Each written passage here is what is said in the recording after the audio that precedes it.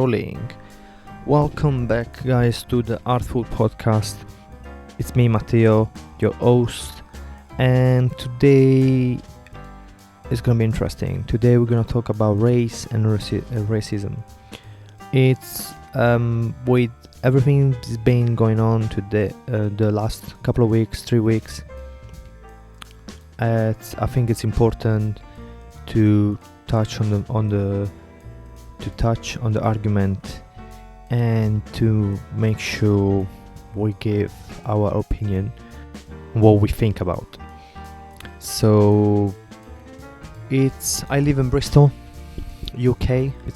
Bristol has been trending lately on social media because during the protest for Black Lives Matters movement, they tore down the Edward Colston statue. The Edward Colston statue was in the city center, and it's been few years. I've been living in Bristol for the last 7 years, and there've been few petitions to take the statue down or to do something about it. Nothing really has been done ever. So I think was a strong statement from the Bristol citizen to take down the statue.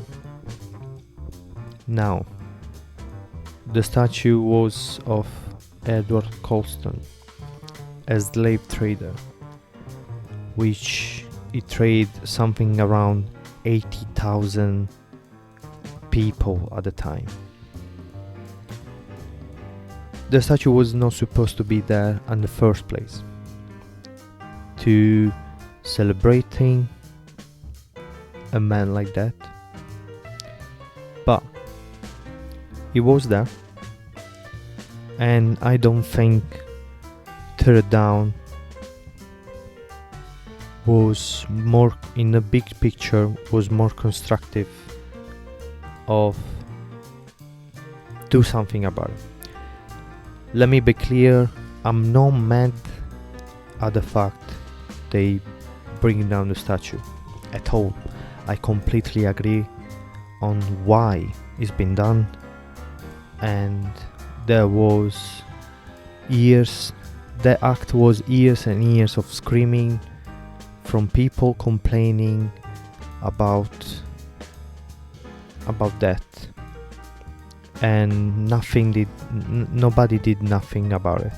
So I think it was last resort, and people they had enough, basically. And during the protest, I think it was a strong statement that is been done during the protest about the Black Lives Matters movement, and I think I would have done differently. That's what I want to say. I would have done differently as an artist. I always thinking the best, most creative way of changing what I don't like. Okay, so bring down the statue. I think it was because everyone's on board now, and everyone wants to have a say about this now. I'm pretty sure in a week, 2 weeks, probably a month,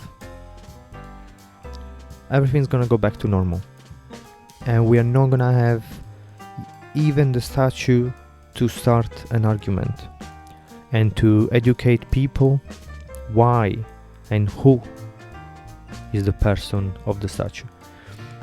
Nothing's gonna be there to remember people that Bristol was a massive slave port at the time, and people from everywhere in the world, especially African and Indian, were brought here in Bristol to be traded, to be sold, and unfortunately we are not gonna have the statue now to have a starting point for a discussion.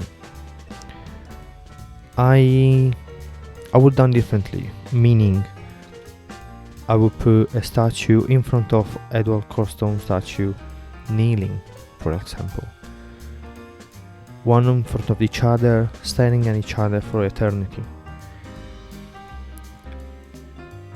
I don't know, I would done something, but bring it down. I don't think in the long and in the big picture it will help the situation. But again, I'm not mad. I completely understand. I completely agree. What is done is been done. It is what it is. And Bristol made a strong statement with that. And yeah, I've been in the protest. I marched. I wasn't during the bringing down the statue. I wasn't there. I was in Castle Park at the time when it happened, listening to the speeches. I marched with my girlfriend, and she's African, and I think it was really important for us to be there and to be part of this historical moment in UK and the whole world. It was really emotional. I cried a couple of times during the speeches of the people that were there speaking to us, and it was great. It was good. Something we need to change, something we need to address more often, and not only when something happened like the death of a black person. We need to fight this day by day. And race was initially used to describe and understand what we now refer as an individual ethnicity or national identity. It was then adopted as a term for the system scientist and philosopher used to categorize biological species such as plants, animal, and human in the 16th and 17th century. So there was nothing social about the terminology. There was nothing derogatory about the terminology. Race was just something that people from the science were using to differentiate the species. The terminology was then adopted by society and it was interpreted by them as a way to differentiate people who did not appear to look alike. Furthermore, they use it as justification for the violence and the exploitation that occurred against non-white individuals. Why? I don't understand. Why are we still using this old concept? Why are we still attached to the fact that we are different? I cannot understand why some people, luckily not everybody, see colors and treat people differently because of the color. Everything's moving on. Technology, science, everything. Why can we not move on from this concept? But said that, I want to take a step back I don't speak right now. I don't want to give any moral lessons, because as a white man, yes, I did have my fair share of being discriminated because I'm an immigrant, and we can talk about this another time.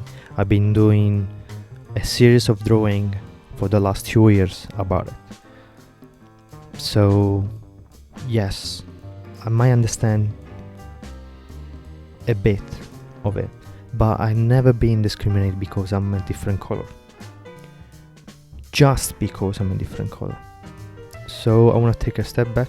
I don't want to give my moral lesson, and because there are more educated people and more expert people than me that can speak about this, and they can speak about these massive and delicate issues.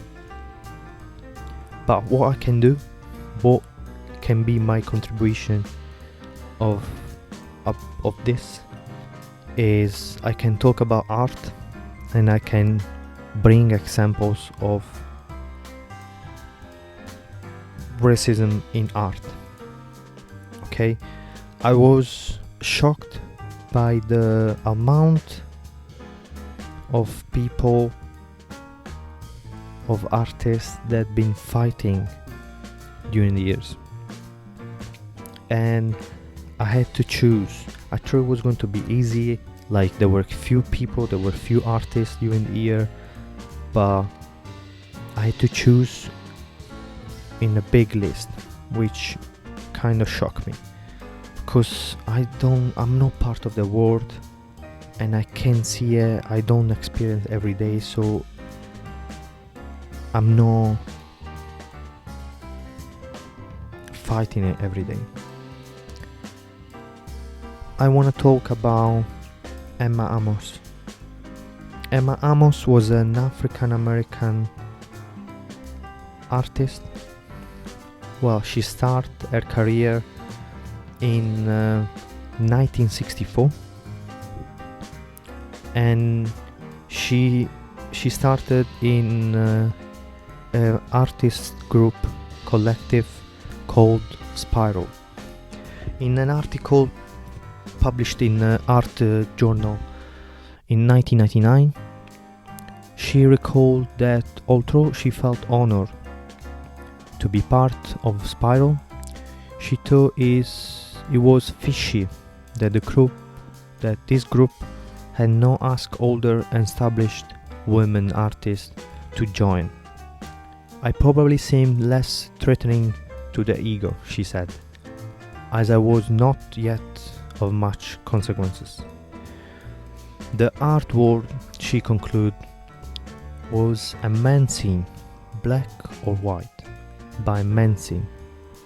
She knew that for her art and activism would be inseparable. She soon joined other feminist groups, including Gorilla Girls, a collective whose anonymous members appear in public wearing gorilla masks to deliver critiques of art world racism and sexism. In 1992, Amos painted Equal, representing a woman seen floating in a free fall against the backdrop of giant American flag. The composition is framed in patches of African fabric alternated with printed portrait of Malcolm X. Although long recognized as an important figure in contemporary American art and frequently exhibit, Mrs. Amos gained mainstream museum notice only between the last few years. She said once, "It's always been my contention that for me, a black woman artist, to walk into the studio is a political act." She was an acclaimed figurative artist who high-colored paintings of women flying or falling spaces were charged with racial and feminist politics. Died at the age of 83. I think was last year. In the early career, she created brightly colored scene of black middle class domestic life, and her later work was increasingly personal and experimental. And this was my experience, and I hope with the example of Amos we can understand why we doing art, and we need to think about why we are doing it. It's not something we're doing just because, and we need to make sure we are full aware of what the message of our artworks are. And that's it for today, guys. Thank you very much for listening. I will see you on the next episode, and don't forget to subscribe, like the video, and share it with everyone you know. And from the Artful podcast and Matteo, I'm out.